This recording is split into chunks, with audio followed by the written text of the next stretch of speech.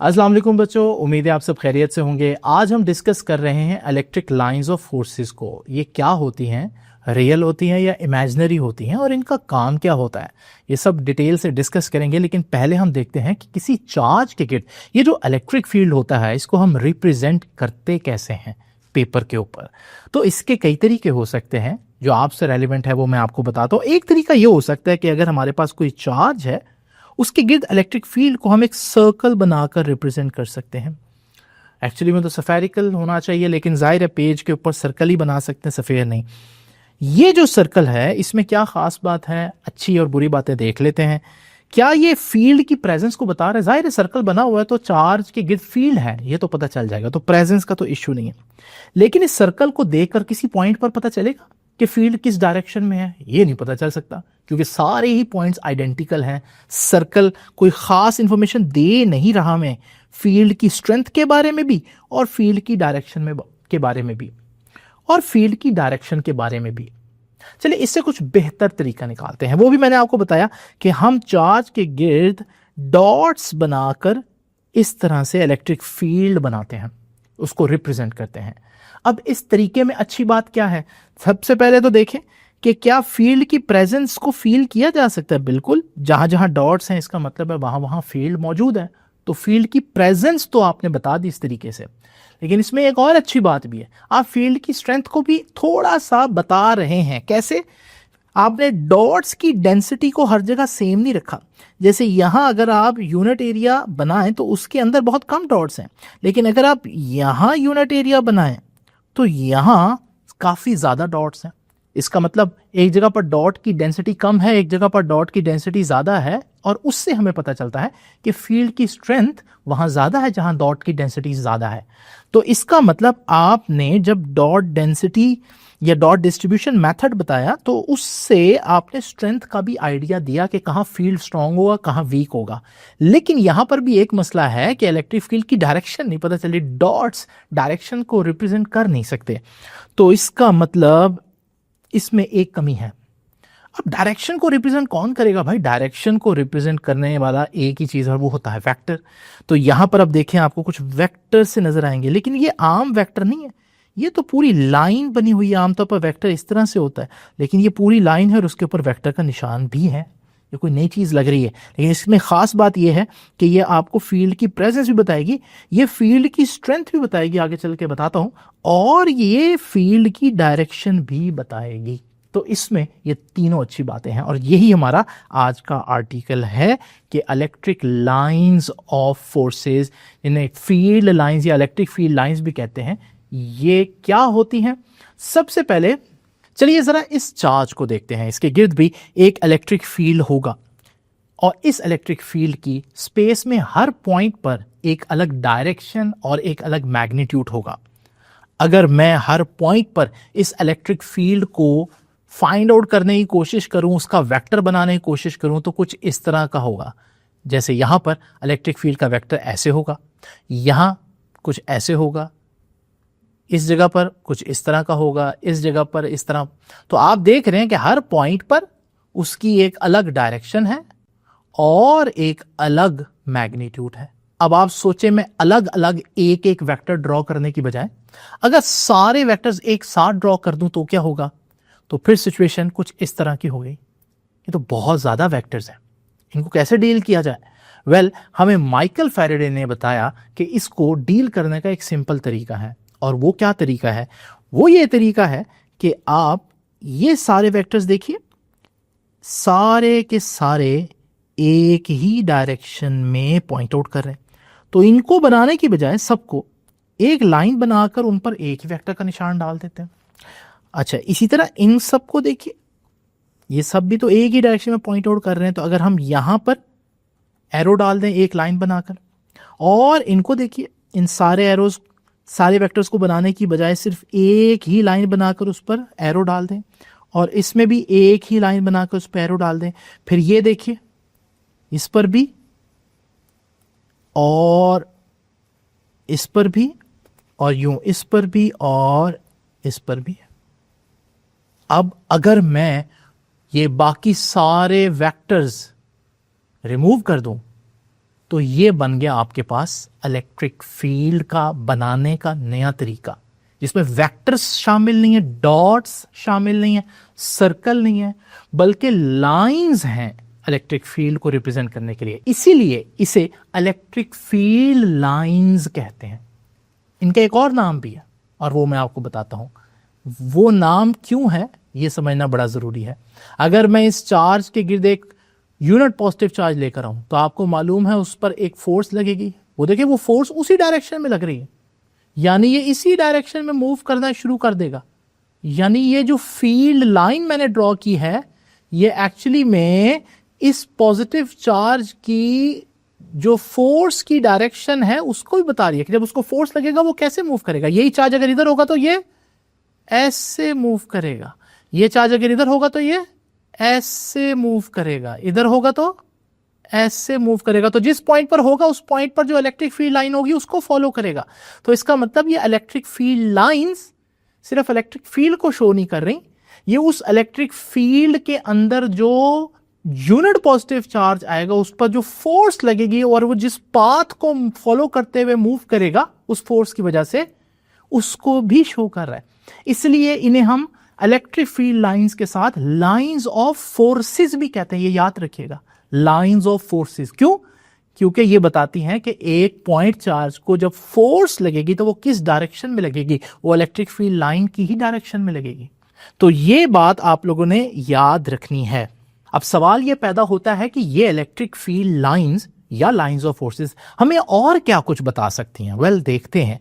एक तो हमें ये इलेक्ट्रिक फील्ड के स्ट्रेंथ के बारे में भी आइडिया दे सकती हैं। मिसाल के तौर पर ये हमारे पास एक चार्ज है, मैं देखना चाहता हूं, ये दो पॉइंट्स हैं जिन पर मैं देखना चाहता हूं कहां इलेक्ट्रिक फील्ड ज्यादा इंटेंसिटी रखता है, कहां स्ट्रांग है।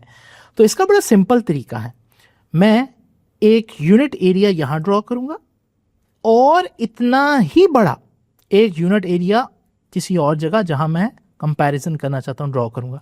अगर आप गौर करें तो यहां से इस एरिया में से 3 लाइंस पास कर रही हैं, जबकि इस एरिया में से वो उतना ही बड़ा है लेकिन सिर्फ 2 इलेक्ट्रिक फील्ड लाइंस पास कर रही हैं। और याद रखिएगा, इलेक्ट्रिक फील्ड लाइंस किसी एरिया में से कितनी तादाद में पास करती हैं इंडिकेट करता है उस पॉइंट पर इलेक्ट्रिक फील्ड की स्ट्रेंथ के बारे में, इंटेंसिटी के बारे में। तो यहां इलेक्ट्रिक फील्ड की स्ट्रेंथ ज्यादा होगी और यहां इलेक्ट्रिक फील्ड की इंटेंसिटी कम होगी। कैसे पता चला? नंबर ऑफ फील्ड लाइंस जो उस एरिया में से पास कर रही हैं उनको देखकर पता चला। तो यहां से हमें इलेक्ट्रिक फील्ड की स्ट्रेंथ का भी आइडिया हो सकता है। और सिर्फ स्ट्रेंथ का नहीं, बल्कि यह भी पता चल सकता है कि फील्ड यूनिफॉर्म है, यानी सेम है हर जगह, या नहीं सेम। वो कैसे पता चलेगा? अगर लाइंस के दरमियान स्पेसिंग बढ़ रही है या कम हो रही है, जैसे यहां बढ़ रही है, तो फिर इसका मतलब फील्ड नॉन यूनिफॉर्म है, ये एक नॉन यूनिफॉर्म फील्ड है। लेकिन अगर हमारे पास एक ऐसा फील्ड हो जिसमें लाइंस के दरमियान, ये देखें, ये एक इलेक्ट्रिक फील्ड लाइन, ये दूसरी, इनके दरमियान देखें बिल्कुल पैरेलल है एक दूसरे के और इनके दरमियान फासला भी बिल्कुल सेम है। इसका फायदा क्या होगा? इसका फायदा ये होगा कि अगर आप एक यूनिट एरिया यहां बनाएं, उसमें से कितनी लाइंस पास कर रही हैं? 2। इसी यूनिट एरिया का थोड़ा सा इधर ले जाए, उतना ही बड़ा रखना है इसको, तो आप बताएं उसमें से कितनी लाइंस पास कर रही हैं? 2 ही पास कर रही हैं। और इसको थोड़ा सा और इधर ले जाए तो आप बताएं इसमें से कितनी पास करें? 2 लाइंस पास कर रही हैं। तो इसका मतलब इलेक्ट्रिक फील्ड लाइंस अगर पर यूनिट एरिया सेम रहें तो फिर हमारे पास फील्ड यूनिफॉर्म होगा। वो कब सेम रहेंगी? जब इलेक्ट्रिक फील्ड लाइंस कैसी हो? बिल्कुल स्ट्रेट पैरेलल हो और इक्वी डिस्टेंट हो, आपस में बराबर फासले पर बनाई गई हो। तो ये सारी बातें हम लोगों ने देख ली। अब हम देखेंगे डिफरेंट केसेस में कैसी कैसी इलेक्ट्रिक फील्ड लाइंस बनती हैं, लेकिन उससे पहले जो अभी तक पढ़ा है उसको आपके नोट्स का हिस्सा बना देते हैं। तो देखिए जी, सबसे पहले तो हमें यह देखना है कि ये जो कॉन्सेप्ट है इलेक्ट्रिक लाइंस ऑफ फोर्सेस का, ये किसने दिया? ये मैं आपको बता चुका हूं किसने दिया। ये माइकल फैराडे ने दिया। ठीक है, उन्होंने ये visual representation the electric field की, जिसे हम इलेक्ट्रिक फील्ड लाइंस कहते हैं, और इलेक्ट्रिक लाइंस ऑफ फोर्सेस कहते हैं ना, फोर्सेस। ठीक है, इमेजिनरी कॉन्सेप्ट है, टूल है एक किस्म का जिसको हम यूज कर सकें। ये क्या होती है? It can be thought as a map. एक नक्शा आप इमेजिन कर सकते हैं इसको, जो क्या बता रहा है? डायरेक्शन भी बता रहा है और इलेक्ट्रिक फील्ड की स्ट्रेंथ भी बता रहा है। ठीक है।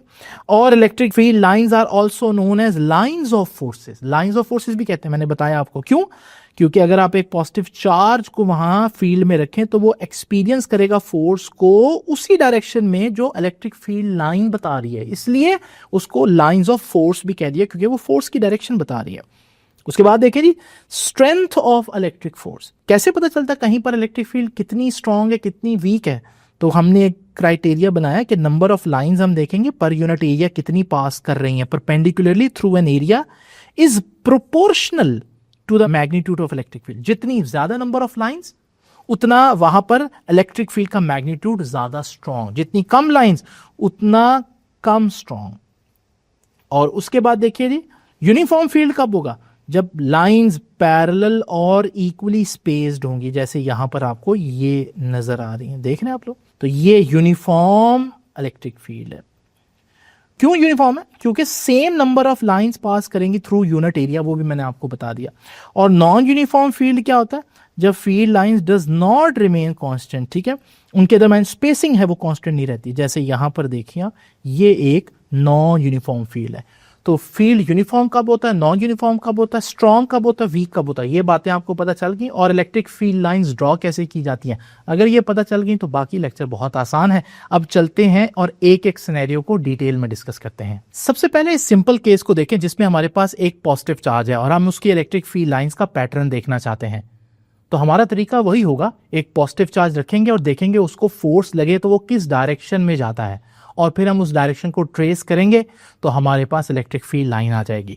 तो जरा देखते हैं कि इन चार्जेस को जो मैंने साइड पर रखे हुए हैं इनको कहां फोर्स लगती है। जाहिर है ये रिपेल होंगे, इससे दूर जाना शुरू कर देंगे, तो यही इनका पाथ जो है वो इलेक्ट्रिक फील्ड लाइंस इनकी ट्रेस कर रहा है। ये होगी पॉजिटिव चार्ज के केस में इलेक्ट्रिक फील्ड लाइंस का पैटर्न। इस पैटर्न में क्या क्या बातें हमें पता चल रही हैं वो देखते हैं। तो ये पैटर्न मैंने आपके सामने यहां दोबारा बना दिया, और जरा देखिए इस पैटर्न में, ये वाला जो पैटर्न है, सबसे पहले हमें पता चल रहा है कि सारी लाइंस जो है वो रेडियली आउटवर्ड है। देखिए सबके एरोज बाहर को हैं, क्योंकि जाहिर है वो पॉजिटिव चार्ज को रिपेल करेगा तो सारे पॉजिटिव चार्जेस बाहर को जाएंगे, तो डायरेक्शन जो है वो इनकी आउटवर्ड होगी। इलेक्ट्रिक लाइन सारी की सारी स्ट्रेट लाइन है, देखें कहीं कोई कर्व्ड लाइन नहीं है क्योंकि चार्जेस बिल्कुल स्ट्रेट जा रहे थे। उसके बाद देखिए जी, test charge will also form a straight path. वो तो आपने देख ही लिया कि टेस्ट चार्ज है वो बिल्कुल स्ट्रेट पाथ में फॉलो कर रहे थे। इलेक्ट्रिक फील्ड इस केस में नॉन यूनिफॉर्म है, क्योंकि मैंने आपको बताया था यूनिफॉर्म इलेक्ट्रिक फील्ड कब होता है, जब लाइंस पैरेलल होती हैं। तो अगर आप गौर करें यहां लाइंस पैरेलल नहीं आई, बल्कि यहां पर लाइंस के दरमियान डिस्टेंस कम ज्यादा हो रहा है। तो ये हुआ इलेक्ट्रिक फील्ड लाइन एक आइसोलेटेड पॉजिटिव चार्ज के केस में, कि उसके गिर्द, आइसोलेटेड का मतलब है कि उसके गिर्द किसी किस्म का कोई और चार्ज मौजूद नहीं है। एक और इंपॉर्टेंट बात नोट करने वाली ये है कि ये फील्ड पैटर्न बिल्कुल 2 डायमेंशनल है, क्योंकि मैंने किताब के ऊपर बनाया है, लेकिन हकीकत में हम जानते हैं कि इलेक्ट्रिक फील्ड एक 3D चीज है। तो असल में ये फील्ड पैटर्न 3 डायमेंशन में कुछ इस तरह से होगा। अब बात करते हैं सेकंड केस की, जिसमें हमारे पास एक आइसोलेटेड नेगेटिव चार्ज होगा और इसके गिर्द भी इलेक्ट्रिक फील्ड लाइंस का पैटर्न हम बनाना चाहते हैं। उसका तरीका वही है, हम पॉजिटिव चार्जेस इसके गिर्द रखते हैं और देखते हैं कि फोर्स लगने के बाद वो कौन सा पाथ फॉलो करते हैं और उस पाथ को हम ट्रेस कर लेते हैं, वही इलेक्ट्रिक फील्ड लाइंस का पैटर्न बताएंगे। तो ये हमारे पास पॉजिटिव चार्ज है, नेगेटिव चार्ज इस दफा इनको अट्रैक्ट करेंगे, और जब अट्रैक्ट करेंगे तो ये सारे पॉजिटिव चार्जेस इसकी तरफ इनवर्ड मूव करेंगे और इनके पाथ को आप फॉलो करेंगे तो इस तरह का फील्ड आपको नजर आएगा। ये इलेक्ट्रिक फील्ड लाइंस हैं नेगेटिव चार्जेस के गिर्द। आइए देखते हैं कि इस पैटर्न से हम क्या कुछ देख सकते हैं। तो यहां पर ये पैटर्न आपको फिर से बना हुआ नजर आ रहा है। सबसे पहले आप देखें, क्योंकि चार्जेस अंदर को मूव किए थे, तो ये हमारे पास सारे एरोज की डायरेक्शन इनवर्ड है। तो electric lines of forces are directed radially inward, अंदर की जानिब है। और उसके बाद देखें सारी स्ट्रेट लाइंस हैं, कोई कर्व्ड लाइन यहां आपको नजर नहीं आ रही। और test charge will also follow a straight path, वो हमने देखा कि टेस्ट चार्ज, बल्कि इलेक्ट्रिक फील्ड लाइंस स्ट्रेट हैं क्यों, क्योंकि टेस्ट चार्ज जो है वो स्ट्रेट मूव किए थे। और उसके बाद देखें जी, in this case electric field is also non uniform. पहले भी नॉन यूनिफॉर्म थी और अब भी नॉन यूनिफॉर्म है। क्यों? क्योंकि यहाँ दो लाइंस के दरमियान फासला ज़्यादा है और आगे चलकर कम है। तो इसका मतलब जब उनके दरमियान इक्वल डिस्टेंस ना हो, इक्वल स्पेसिंग ना हो, वो पैरेलल ना हो, तो वो नॉन यूनिफॉर्म फील्ड ही होता है। इसी तरह ये इलेक्ट्रिक लाइंस भी एक्चुअली में 3 डायमेंशनल ही होंगी। अब हम इस केस को डिस्कस करते हैं जिसमें हमारे पास एक चार्ज की बजाय 2 चार्जेस हैं और वो भी सेम पोलैरिटी के, यानी दोनों पॉजिटिव। इन्हें हम लाइक चार्जेस कहते हैं। आइए देखते हैं कि इनका इलेक्ट्रिक फील्ड लाइंस का पैटर्न कैसा होगा। तो इलेक्ट्रिक फील्ड लाइंस का पैटर्न फाइंड आउट करने के लिए वही तरीका, मैंने बहुत से पॉजिटिव चार्जेस इर्द गिर्द रख दिए हैं, जिनको ये दोनों पॉजिटिव चार्जेस जब रिपेल करेंगे तो ये चार्जेस मूव करना शुरू होंगे और हम इनके पाथ को ट्रेस करेंगे। और जैसे ही हमने इनके पाथ को ट्रेस किया तो ये आ गया हमारे पास इलेक्ट्रिक फील्ड लाइंस का पैटर्न। जरा देखते हैं कि इस इलेक्ट्रिक फील्ड लाइन के पैटर्न में हमारे पास क्या कुछ है सीखने को। तो यहां पर आप लोगों को ये सेम चार्जेस वाला केस नजर आ रहा है और ये वही पैटर्न है जो मैंने भी आपके सामने ड्रॉ किया। सबसे पहले इलेक्ट्रिक फील्ड लाइंस इस दफा स्ट्रेट नहीं है बल्कि कर्व्ड हैं। देख रहे हैं आप लोग, इलेक्ट्रिक फील्ड लाइंस हमारे पास कर्व्ड हैं। तो ये एक बड़ी चेंज आई है जो पहले नहीं थी। क्योंकि इलेक्ट्रिक फील्ड लाइंस कर्व हैं तो जाहिर है टेस्ट चार्ज जो है वो भी ऐसी फील्ड के अंदर कर्व्ड पाथ में मूव करेगा। और फिर lines in the region between the two charges seem to repel each other, यानी ऐसे लग रहा है जैसे लाइंस एक दूसरे को रिपेल कर रही हैं, एक दूसरे से दूर जाने की कोशिश कर रही हैं, ऐसे जैसे रिपल्शन के केस में होता है। सबसे इंपॉर्टेंट बात यह है कि मिडल रीजन को देखें। इस पॉइंट पर अगर आप देखें यहां पर कोई लाइन ही नहीं है। इसका मतलब कोई लाइन नहीं है का क्या मतलब होगा कि भाई नंबर ऑफ लाइंस तो बताती हैं इलेक्ट्रिक फील्ड की स्ट्रेंथ को।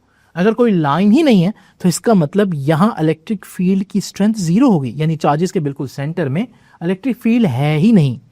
तो इसका मतलब इसे हम कहते हैं जीरो फील्ड स्पॉट या न्यूट्रल जोन। और इलेक्ट्रिक फील्ड इस केस में भी नॉन यूनिफॉर्म है, क्योंकि अभी भी आप देखें तो दो लाइंस के दरमियान स्पेस सेम नहीं है, उनके दरमियान डिस्टेंस सेम नहीं है। तो यहां पर हम लोगों ने ये जो फील्ड देखा है जो 2 डायमेंशनल है, एक्चुअली में ये 3 डायमेंशनल है। तो ये 2 डायमेंशनल फील्ड है, लेकिन यहां पर मैं आपको इसका 3D व्यू दिखाता हूं ताकि आपको याद रहे कि एक्चुअली में ये इस तरह से 3 डायमेंशनल होता है। ठीक हो गया? तो ये हो गया केस नंबर 3। अब डिस्कस करते हैं केस नंबर 4 को। केस नंबर 4 में हमारे पास 2 चार्जेस हैं फिर से, लेकिन इस दफा दोनों चार्जेस ऑपोजिट नेचर के हैं, यानी एक पॉजिटिव और एक नेगेटिव है। इन्हें कहते हैं अनलाइक चार्जेस। अब मैं इनके इलेक्ट्रिक फील्ड लाइंस का पैटर्न फाइंड आउट करना चाहता हूं। तरीका वही होगा, पॉजिटिव चार्जेस रखूंगा, लेकिन उससे पहले मैं आपको कुछ दिखाना चाहता हूं, वो ये कि अगर मैं एक पॉजिटिव चार्ज रखूं बिल्कुल दरमियान में, बिल्कुल सेंटर में, तो क्या होगा। तो आपको मालूम है इस पॉजिटिव चार्ज को पीछे वाला पॉजिटिव चार्ज जो है वो रिपेल करेगा और आगे वाला नेगेटिव चार्ज जो है वो अट्रैक्ट करेगा। अब जाहिर है ये रिपल्शन भी उसी डायरेक्शन में, अट्रैक्शन भी उसी डायरेक्शन में है, तो ये पॉजिटिव चार्ज तो बिल्कुल सीधा जा रहा है। इसके पाथ को अगर मैंने फॉलो किया तो ये वाली फील्ड लाइन तो बिल्कुल स्ट्रेट आएगी। ठीक हो गया? और इसी तरह से अगर ये जो पॉजिटिव चार्ज जो बिल्कुल दरमियान में था, इसके अलावा कोई और किसी और जगह पर पॉजिटिव चार्ज रख दें, जैसे यहां पर, तो यहां फोर्स किस तरह से लगेगी, ये पॉजिटिव चार्ज फिर से इसको रिपेल करेगा और वो जो नेगेटिव चार्ज है वो फिर से इसको अट्रैक्ट करेगा, लेकिन इस दफा ये कर्व्ड पाथ में मूव करेगा। और आप देखेंगे कि ये कुछ इस तरह से मूव करेगा। इसकी पाथ को हम फॉलो करेंगे तो ये हमारे पास एक कर्व्ड लाइन आ रही है, ये इलेक्ट्रिक फील्ड लाइन आ गई इस जगह की। तो अब हम क्या करते हैं, अब हम बहुत से पॉजिटिव चार्जेस रखकर सारी इलेक्ट्रिक फील्ड लाइंस एक साथ ड्रॉ कर लेते हैं। तो ये कुछ इस तरह से एक चार्ज से दूसरी चार्ज की तरफ अट्रैक्ट होंगे चार्जेस और हमारे पास इलेक्ट्रिक फील्ड लाइन कुछ इस तरह से आएगा। ठीक है, आइए देखते हैं कि इस पैटर्न से हम क्या कुछ सीख सकते हैं। तो ये पैटर्न आपके पास केस नंबर 4 में आपको नजर आएगा। केस नंबर 4 जो ऑपोजिट चार्जेस का केस है। ठीक है, ये वाला पैटर्न अभी मैंने आपको दिखाया, ठीक है, बनाकर दिखाया। इसमें आप क्या क्या आपको बात पता चल रही है। एक तो आप देख रहे हैं कि इलेक्ट्रिक फील्ड लाइन भाई पॉजिटिव से शुरू होती है और जाकर नेगेटिव चार्ज पर खत्म होती है। बहुत इंपॉर्टेंट पॉइंट है ये कि field lines start from positive charge and and on negative charge. उसके बाद देखें यहां पर भी आपको फील्ड लाइंस कर्व्ड ही नजर आ रही हैं, ये पहले भी हो रहा है, और टेस्ट चार्ज भी फिर कर्व्ड पाथ में ही मूव करेगा। और अब आप यहां पर एक पॉइंट देखें जो पहले भी था, यहां पर अगर आप गौर करें किसी पॉइंट पर, किसी कर्व पाथ पर अगर हम टेंजेंट बनाएं तो वो होगी इलेक्ट्रिक फील्ड की डायरेक्शन। बिल्कुल वैसे जैसे सर्कुलर पाथ में जब कोई चीज मूव करती है तो किसी पॉइंट पर वेलोसिटी अलोंग द टेंजेंट होती है ना, बिल्कुल इसी तरह किसी पॉइंट पर electric intensity along the tangent होगी। ठीक है, ये बहुत इंपॉर्टेंट पॉइंट है। The direction of electric field line intensities at any point are given by tangent drawn to the field line at that point. अब देखते हैं कि इलेक्ट्रिक फील्ड मैक्सिमम कहां पर होती है। याद है मैंने आपको बताया था इलेक्ट्रिक फील्ड का कैसे पता चलता है कि वो मैक्सिमम है या मिनिमम है। भाई नंबर ऑफ फील्ड लाइंस देखो किसी यूनिट एरिया में से, तो मैं एक यूनिट एरिया इधर बनाता हूं इनके बिल्कुल सेंटर में, तो जरा गौर करें या तो बहुत ज्यादा लाइंस पास कर रही हैं, और अगर इसी यूनिट एरिया को मैं यहां बना दूं तो यहां से तो बहुत कम लाइंस पास कर रही हैं। इसका मतलब मैक्सिमम कहां है, फील्ड एट द सेंटर। जबकि पिछले केस में हमने देखा था सेंटर पे इलेक्ट्रिक फील्ड था ही नहीं, जीरो था, तो ये उल्ट हो गया बिल्कुल। और यहां पर भी इलेक्ट्रिक फील्ड नॉन यूनिफॉर्म है। तो आपने देखा कि अभी तक 4 केसेस पढ़े और चारों में इलेक्ट्रिक फील्ड नॉन यूनिफॉर्म था। लेकिन ये बात आप लोगों ने याद रखनी है कि ये जो आपको मैंने दिखाया है फील्ड, ये भी एक्चुअली में एक 2D प्रोजेक्शन है, लेकिन असल में ये कैसा दिखता होगा, ये कुछ ऐसा दिखता होगा जो आपको राइट साइड पर नजर आ रहा है। अब बात करते हैं केस नंबर 5 की, जिसमें हमारे पास 2 चार्ज प्लेट्स हैं, एक पॉजिटिव चार्ज प्लेट और एक नेगेटिव चार्ज प्लेट, और मैं इन दोनों चार्ज प्लेट्स के दरमियान जो इलेक्ट्रिक फील्ड है उसका इलेक्ट्रिक फील्ड लाइंस का पैटर्न फाइंड आउट करना चाहता हूं। और तरीका वही होगा, दरमियान में पॉजिटिव चार्ज को छोड़ेंगे और देखेंगे वो कौन सा पाथ फॉलो करते हैं, तो उनको इस डायरेक्शन में फोर्स लगे है, जाहिर है पॉजिटिव चार्जेस हैं नेगेटिव की तरफ जाएंगे, तो हमारी इलेक्ट्रिक फील्ड लाइंस भी पॉजिटिव से नेगेटिव की तरफ जा रही हैं, और ये पैटर्न हमें अचीव हो रहा है। तो इस पैटर्न से हम क्या कुछ सीख सकते हैं, आइए देखते हैं। तो यहां पर आप लोगों को ये पैटर्न नजर आ रहा है जो मैंने भी आपको दिखाया, दोनों ऑपोजिटली चार्ज प्लेट्स हैं। देखते हैं इसमें क्या क्या बात है। सबसे पहली बात तो आप देखें ये इक्वली स्पेस्ड है। पहला पैटर्न अभी तक हम लोगों ने देखा जिनमें फील्ड लाइंस के दरमियान जो डिस्टेंस है वो बराबर है, देख रहे हैं आप लोग, तो इक्वली स्पेस्ड है। और जब इक्वली स्पेस्ड हो तो इसका मतलब फील्ड यूनिफॉर्म होता है। लेकिन गौर करें फील्ड सेंटर में यूनिफॉर्म है, यहां इक्वली स्पेस्ड है, आगे जाकर फिर वो कर्व्ड हो रही हैं। इसकी रीजन आपको कैपेसिटर में पढ़ाएंगे, लेकिन आगे जाकर ये कर्व्ड हो रही हैं, तो हम कह सकते हैं फील्ड यूनिफॉर्म है लेकिन सेंटर में यूनिफॉर्म है, एजेस पर फिर से नॉन यूनिफॉर्म हो जाता है। ठीक है, ये पैरेलल प्लेट कैपेसिटर का केस बनता है, इसको बाद में डिस्कस करेंगे। उसके बाद देखिए जी, electric field line is straight at the centre and curved at the edges. बिल्कुल सही, यहां पर स्ट्रेट है और एजेस पर कर्व्ड है, तो चार्जेस भी सेंटर में स्ट्रेट फॉलो करेंगे पाथ को और एजेस पर कर्व्ड पाथ को फॉलो करेंगे। लीजिए ये बातें हम लोगों ने सीख ली इससे। आइए जरा इलेक्ट्रिक फील्ड लाइंस की कुछ प्रॉपर्टीज डिस्कस कर लेते हैं। सबसे पहली प्रॉपर्टी आपने देखा, इलेक्ट्रिक फील्ड लाइंस ओरिजिनेट होती हैं पॉजिटिव चार्जेस से और एंड होती हैं, टर्मिनेट होती हैं नेगेटिव चार्जेस पर। यहां पर भी देखें पॉजिटिव से स्टार्ट हो रही हैं इस केस में देखें, और जा कहां रही हैं, नेगेटिव पर जाकर खत्म हो रही हैं। तो ये याद रखनी है आपने डायरेक्शन, ये बहुत ज्यादा पूछी जाती है। उसके बाद मैंने आपको पहले ही बता दिया कि टेंजेंट किसी भी फील्ड लाइन पर आपको किसकी डायरेक्शन देता है, इलेक्ट्रिक फील्ड की। अगर कोई इलेक्ट्रिक फील्ड लाइन कर्व है और आप फिर भी किसी पॉइंट पर इलेक्ट्रिक फील्ड की डायरेक्शन फाइंड आउट करना चाहते हैं तो उस पॉइंट पर टेंजेंट बनाएं, तो वो जो टेंजेंट है वो आपको इलेक्ट्रिक फील्ड की डायरेक्शन बताएगा। फिर हमने देखा इलेक्ट्रिक फील्ड जहां स्ट्रांग होगा, कहां, जहां करीब करीब होंगी लाइंस, जैसे ये लाइंस करीब करीब हैं तो यहां फील्ड स्ट्रांग है, यहां लाइंस दूर दूर है तो ये फील्ड जो है ये वीक होगा। The lines are farther apart where the field is weak. ठीक है, जहां फील्ड वीक होगा वहां लाइंस दूर दूर आपको नजर आएंगे। सबसे इंपॉर्टेंट पॉइंट, इसको बहुत इंपॉर्टेंट, इस पर आपका एक शॉर्ट क्वेश्चन है, no two lines cross each other. आपने सारे पैटर्न देखे, आपने नोट किया कहीं पर भी 2 लाइंस एक दूसरे को क्रॉस नहीं की, करीब करीब आई हैं लेकिन इस तरह से एक दूसरे को क्रॉस नहीं किया 2 लाइंस ने। ऐसा क्या हो जाएगा अगर वो क्रॉस कर लेंगे, तो वो मैं आपको बताता हूं। जैसे मिसाल के तौर पर ये एक फील्ड लाइन है इमेजिन करें एक और फील्ड लाइन ऐसी, ठीक है, इन्होंने क्रॉस किया, अगर क्रॉस किया होता तो क्या होता भाई, इस पॉइंट पर, ये कॉमन पॉइंट है दोनों का, इस कर्व के लिहाज से देखो, इस कर्व के लिहाज से तो इस पॉइंट पर टेंजेंट इधर बनता है, तो इलेक्ट्रिक फील्ड की डायरेक्शन इधर हुई। और इसी पॉइंट पर दूसरी कर्व के लिहाज से देखो, इस कर्व के लिहाज से तो टेंजेंट इधर बनता है। एक ही पॉइंट पर दो टेंजेंट बन रहे हैं डिफरेंट कर्व्स के लिहाज से, तो एक ही पॉइंट पर इलेक्ट्रिक फील्ड की दो डायरेक्शंस बन रही हैं। और इलेक्ट्रिक फील्ड तो बताता है कि कहां को फोर्स लगेगी, चार्ज कहां को जाएगा। तो क्या एक ही पॉइंट पर जब चार्ज आएगा तो वो दो डायरेक्शन में चला जाएगा? ये तो पॉसिबल ही नहीं।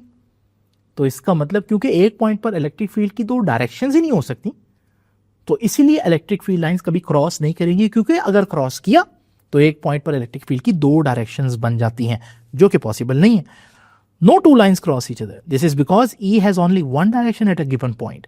इफ द लाइन्स क्रॉस अगर करती, E could have more than one direction, मसला हो जाता, फिर ई की एक से ज्यादा डायरेक्शंस बन जाती, विच इज नॉट पॉसिबल। आज की आखिरी बात बताता हूं कि ये जो फील्ड हम लोगों ने देखा, ये वाला, ये टू डायमेंशनल है, लेकिन एक्चुअली में ये 3D में कैसा नजर आता होगा? तो ये टू डायमेंशनल अभी आप देख रहे हैं ना, यहां पर ये टू डायमेंशनल है, लेकिन 3D में कैसा होगा ये मैं आप लोगों को दिखाने लगा हूं। तो एक्चुअली में ये भी 3 डायमेंशनल फील्ड होता है, और कुछ ऐसे हर डायरेक्शन में आपको नजर आएगा, राइट। तो ये है हमारा आज का लेक्चर, जिसमें हमने इलेक्ट्रिक फील्ड लाइंस को सीखा, वो ड्रॉ कैसे होती हैं, और ये पैटर्न हम कैसे बना सकते हैं डिफरेंट केसेस में, और इससे हमें क्या क्या इंफॉर्मेशन मिलेगी। और आखिर में हमने इलेक्ट्रिक फील्ड लाइंस की वो सारी प्रॉपर्टीज भी एक साथ लिख दी। तो आपसे अब इंशाल्लाह मुलाकात होगी नेक्स्ट लेक्चर में, तब तक के लिए अल्लाह हाफिज़।